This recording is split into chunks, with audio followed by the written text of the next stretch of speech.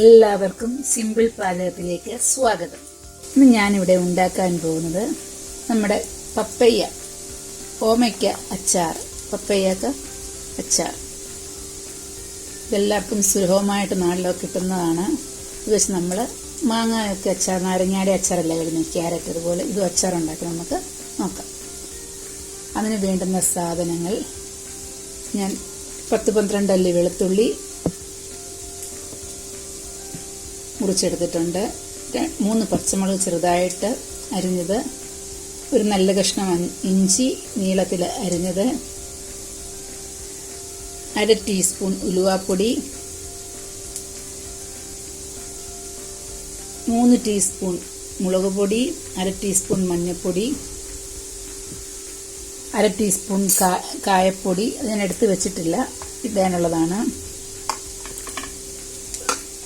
കടുക് വറക്കാൻ കടുക് അല്പം 8-10 ഉലുവ കുറച്ചേ ഇടുന്നുള്ളൂ, ഉലുവാപ്പൊടി എടുക്കുന്നത് കൊണ്ട് 2 വറ്റൽമുളക്, കറിവേപ്പില. നമുക്ക് ഒരു ചീനച്ചട്ടി അടുപ്പിൽ വെച്ച്, നല്ലെണ്ണയാണ് ഏറ്റവും നല്ലത്, ഏതെണ്ണ വെച്ച് വേണമെങ്കിലും ഉണ്ടാക്കാം. അത് ഞാനിപ്പോൾ നല്ലെണ്ണ ഒഴിച്ച് വെച്ചിട്ടുണ്ട്.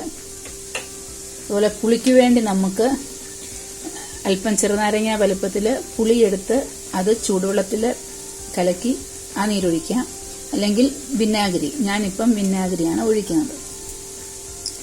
നമുക്ക് നോക്കാം എങ്ങനെയാണ് പപ്പയ്യ അച്ചാർ ഉണ്ടാക്കുന്നതെന്ന്. നമ്മുടെ എണ്ണ ചൂടായി, അതിലേക്ക് നമുക്ക് കടുക് വറക്കാൻ എടുത്ത് വെച്ചിരിക്കുന്ന കടുകും ഉലുവയും മുളകും കറിവേപ്പില ഇട്ട് കൊടുക്കാം.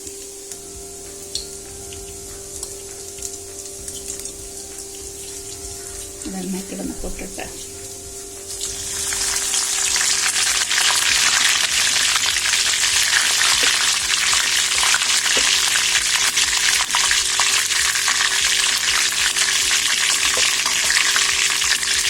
അതിലേക്ക് എടുത്തു വച്ചിരിക്കുന്ന ഇഞ്ചി,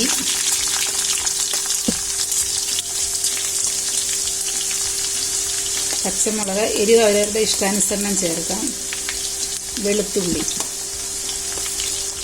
ഞാനിപ്പോൾ ചെറിയൊരു പപ്പയാണ് എടുത്തേക്കുന്നത്. നമുക്കിട്ട് വഴറ്റാം.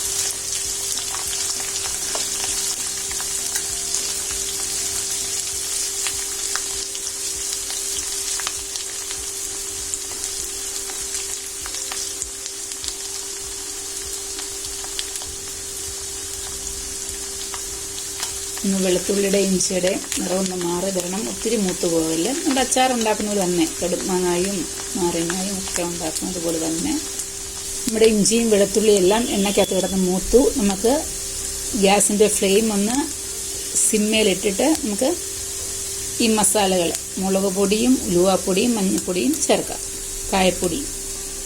ഇതിന് ചുമയ്ക്കാൻ സാധ്യതയുണ്ട്, മുളകാണ്, കുത്തും, സൂക്ഷിക്കുക.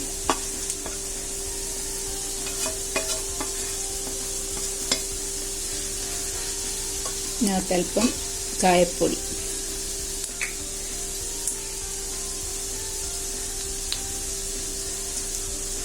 അര ടീസ്പൂൺ കായപ്പൊടി ചേർത്തിട്ടുണ്ട്.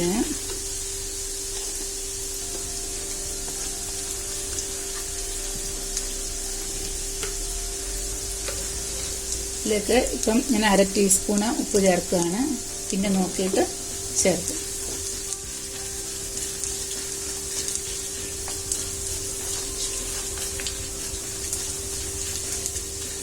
നമ്മുടെ മുളകും ഉലുവായും മഞ്ഞൾപ്പൊടിയും ഒന്ന് മൂത്തു. അതിലേക്ക് നമ്മൾ എടുത്തു വെച്ചിരിക്കുന്ന ഓമയ്ക്ക, പപ്പയ്യ, ഇങ്ങനെ നമ്മൾ കടുമാങ്ങ കരിയുന്ന പോലെ തന്നെയാണ് ഞാൻ അരിഞ്ഞേക്കുന്നത്.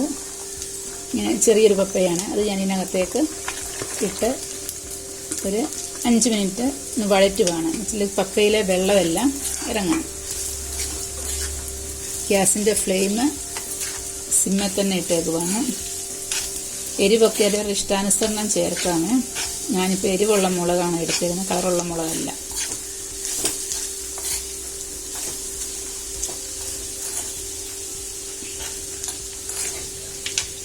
നമ്മുടെ ഓമയ്ക്കായിന്ന് വെള്ളമൊക്കെ ഇറങ്ങി തുടങ്ങി.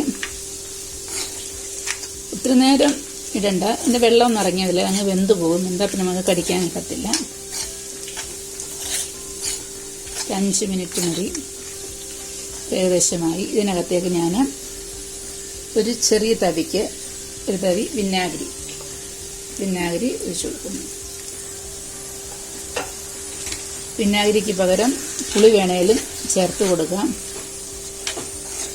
നമുക്ക് ചാറ് വേണമെങ്കിൽ ചൂടുവെള്ളം ആവശ്യത്തിന് ഒഴിച്ച്, ഞാനിപ്പോൾ ഈ ഫോമിലാണ് എടുക്കുന്നത്. പിന്നെ വിനീഗർ ഒന്ന് തിളച്ച് കഴിയുമ്പോൾ നമുക്ക് ഉപ്പ് നോക്കണം, ഉപ്പും പുളിയും നോക്കണം, പുളി ഉണ്ടോയെന്ന്, നമ്മൾ ഒഴിച്ചത് പരുവമാണോയെന്ന്. ഈ ചീനച്ചട്ടിയിലൊക്കെ ചൂട് നിൽക്കുന്ന ചീനച്ചട്ടിയാണ്, വെന്ത് പോയിരുന്നാൽ നോക്കട്ടെ. ഉപ്പൊക്കെ പരുവത്തിനാണ്, പുളിയും പരുവത്തിനാണ്. നമ്മളിതൊക്കെ നമ്മുടെ ആവശ്യാനുസരണമാണ് ഇടുന്നത്. ഇത് എനിക്ക് പരുവത്തിനാണ്. ഞാനിപ്പം ഫ്ലെയിം ഓഫ് ആക്കുകയാണ്. നല്ല നമ്മുടെ പപ്പയ, നമ്മൾ വേസ്റ്റാക്കി കഴിയുന്ന പപ്പയ നമുക്ക് ഇത് അച്ചാറാക്കി എടുക്കാൻ പറ്റും. നിങ്ങളെല്ലാവരും ഇത് ഉണ്ടാക്കി നോക്കണം.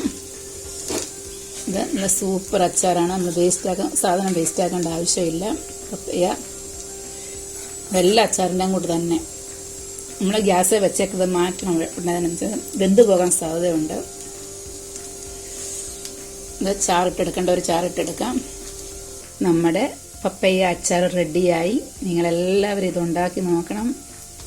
എൻ്റെ ചാനൽ ആദ്യമായി കാണുന്നവർ സബ്സ്ക്രൈബ് ചെയ്ത് പ്രോത്സാഹിപ്പിക്കണം.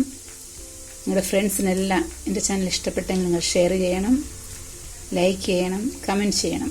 Okay, by.